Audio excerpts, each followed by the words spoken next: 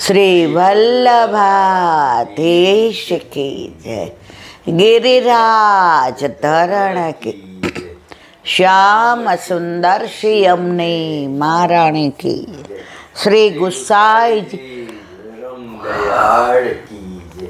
श्री गोकुल नाथ की दाव दयाल की जय। श्री नवनीत प्रिया लाल की जय। अपने माथे व्राता सेव्य स्वरूप की जय। बधाई वैष्णव ने जाजा करीन जय श्री कृष्ण। जय श्री कृष्ण। 2 દિવસ બાર જેવા કાલે મેરેજ એનિવર્સરીને લૌકિક અને અલૌકિક બનાવ્યું.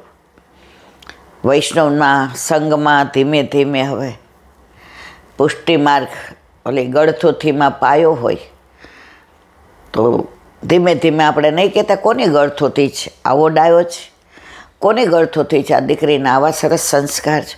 તો આપણને વલ્લભે ગળથુથીમાં પુષ્ટિ માર્ગ પાયો તો બધાય પૂછે કે તમે વૈષ્ણવ છો. એનું કારણ only because of my Vallabh. ફક્ત ફક્ત ફક્ત મારા વલ્લભના કારણે. નહીંતર અત્યારે ચારે બાજુ કળિયુગ એવો પ્રવર્તે છે જ્યાં આપણે ઓલું કલાપીનું કહીએ કે જ્યાં જ્યાં નજર મારી ઠરે યાદી ભરી છે આપને, એમ જ્યાં જ્યાં નજર મારી ઠરે દુસંગ, ચારે બાજુ દુસંગ. તમે ઈચ્છો કે ન ઈચ્છો, જો સત્સંગ શોધવો પડે પણ દુસંગ તો સામેથી આવીને મળે.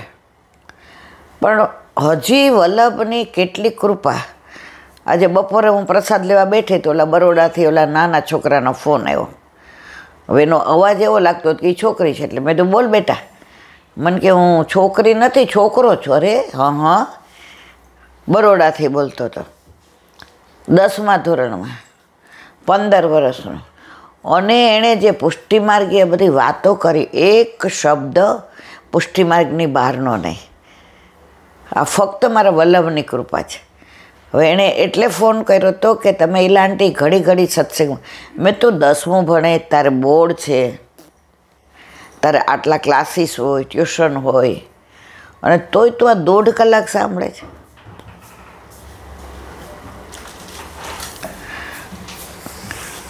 તોય 1 મિનિટ. તો બરોડાથી એ 15 વર્ષના છોકરાનો ફોન આવ્યો, બરાબર. અને એણે જે પુષ્ટિમાર્ગીય વાત કરી, શબ્દો બી બધા પુષ્ટિમાર્ગીય. ત્યારે મને એમ થાય કે વલ્લભ આપ સાક્ષાત છો અને છો જ. 15 વર્ષનો છોકરો જે બોર્ડમાં હોય, 10મામાં હોય, એને ભણવા સિવાય અત્યારે બીજો શેમાં રસ હોય. આજે એણે મારી સાથે 15 મિનિટ વાત કરી. હું પ્રસાદ લેતી, પ્રસાદ લેતા લેતા મારો હાથ હેઠો રહી ગયો.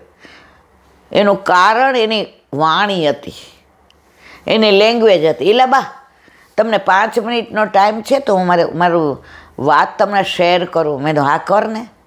તો કે તમે વારંવાર એમ કહો છો કે ઠાકોરજી મનોરથપૂર્વક છે, વલ્લભ ભક્તિ ઈચ્છાપૂર્વક છે. પછી તમે દાખલા આપતા ને ત્યારે મને એવું થતું ખરેખર આવું બને ખરું.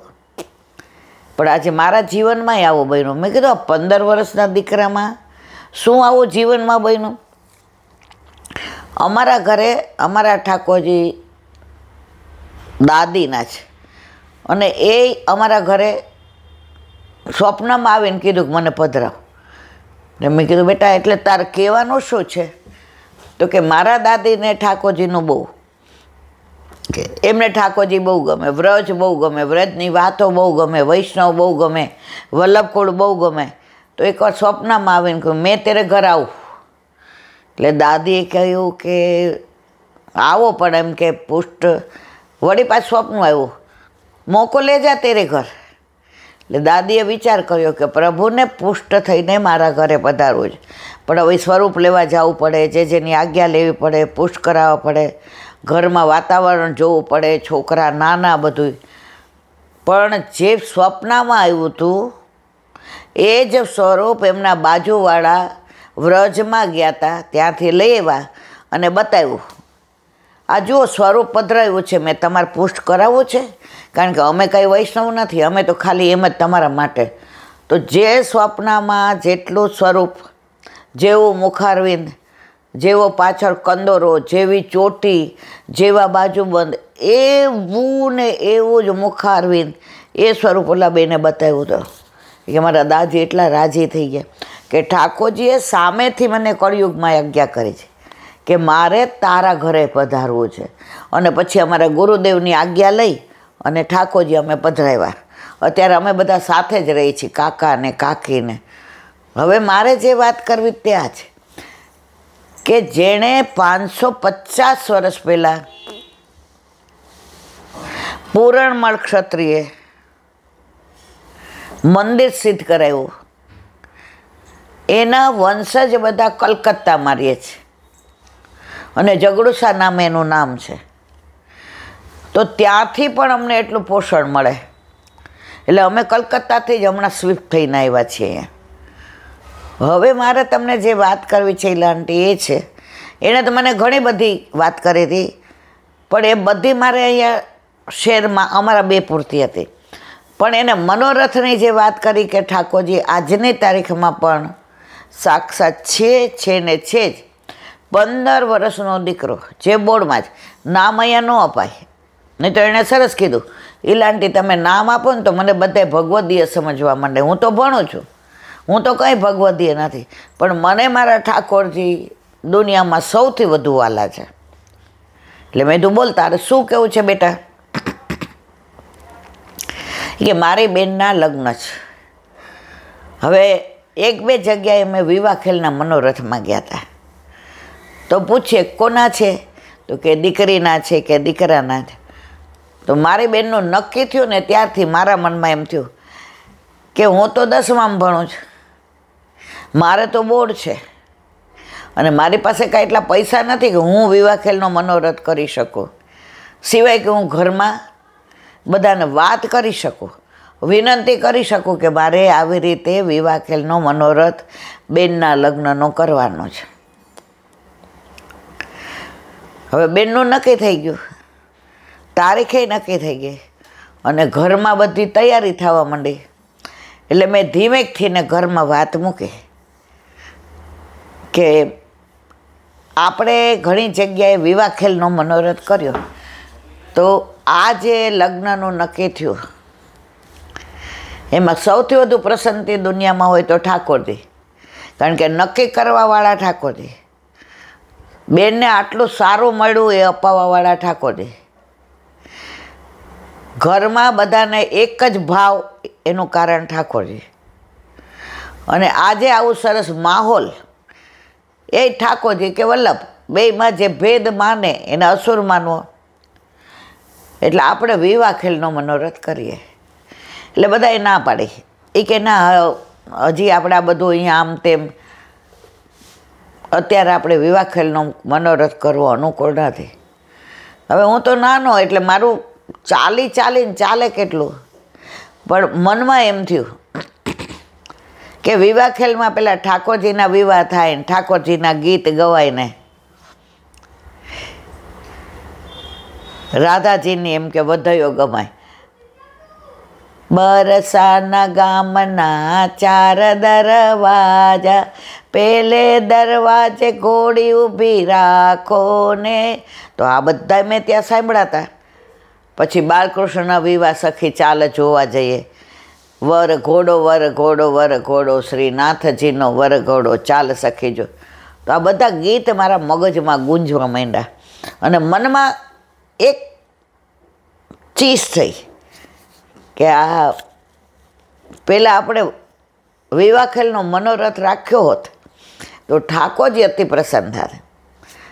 પણ મારી ક્ષમતા મને ખબર, મારી ઉંમર, મારું બોર્ડમાં હોવું અને ઘરમાં હું નાનો એટલે કાંઈ એવું મને કોઈ ગણે નહીં એમ. પછી કેલાંટી હમણાં એવું થયું કે બેનની બધી તૈયારી કરતા હતા, નાણાંનું ને કંકોત્રીનું નાન તે ને બધું. તો એકદમ મારા કાકાએ કીધું કે આપણે સાચી વાત છે, આની વિવાહ ખેલનો મનોરથ રાખી લઈએ. તો એ કે આમ એક ક્ષણ માટે મને એમ થઈ ગયું કે આ ખરેખર સાચું છે. કારણ કે મારો મનોરથ, મારો તો જ્યારથી બેનનું નક્કી થયું ત્યારથી એવું હતું કે મારી બેનના લગ્નમાં પહેલાં વિવાહ ખેલનો મનોરથ કરીએ. તો પછી ગુરુદેવના બંગલે ગયા અને ત્યાં તપેલી હતી એટલે પ્રસાદ લેવાનો હતો. એટલે પ્રસાદી લઈને દંડવત કરવા ગયા. એટલે બધાય અમારા ઘરના હતા. એટલે કે સારું, હવે એમ કે વિવાહ નક્કી થઈ ગયા, હવે નજીક આવે છે.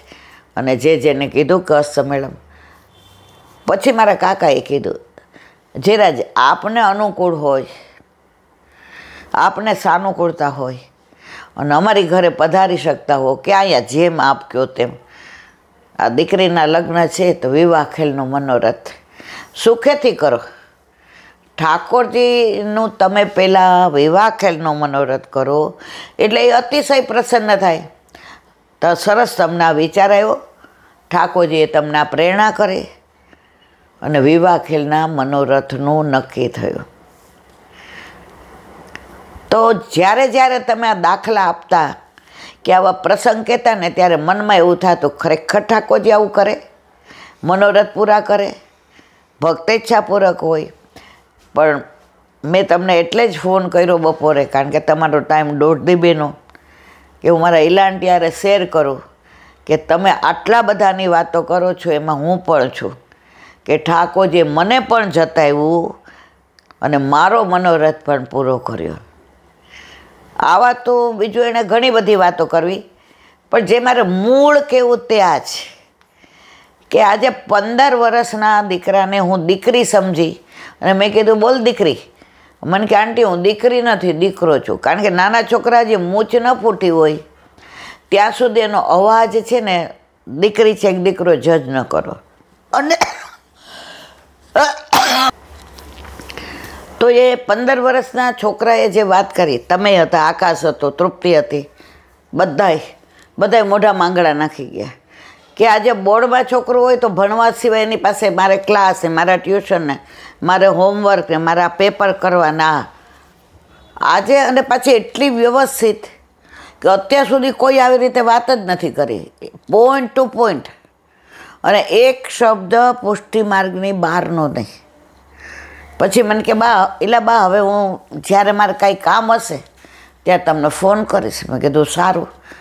તો મારે કહેવાનો આશય જ, જો આ કળયુગ અને બધા એમ કહે છે કે છોકરાઓ માનતા નથી બ્રહ્મ સંબંધ, છોકરાઓ બ્રહ્મ સંબંધે લે છે, ઠાકોરજી પુષ્ટ કરાવે છે અને એને ઠાકોરજી આજની તારીખમાં જતાવે છે.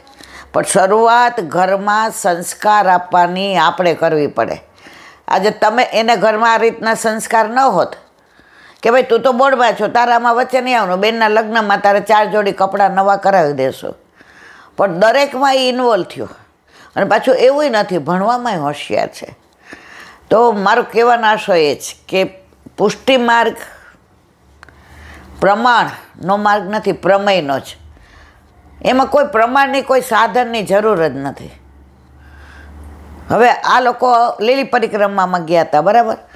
હવે દાદાએ તો કેટલી બધી કરી છે, 22 કે 25 કે 30 જે કર્યું હોય તે ચાલીને. હવે આ વખતે એની દીકરીને એના ડૉક્ટર ભાઈ છે એની વહુ ગયા હતા. એટલે એ લોકોએ શરત કરી હતી કે હવે તમારી ઉંમર છે અને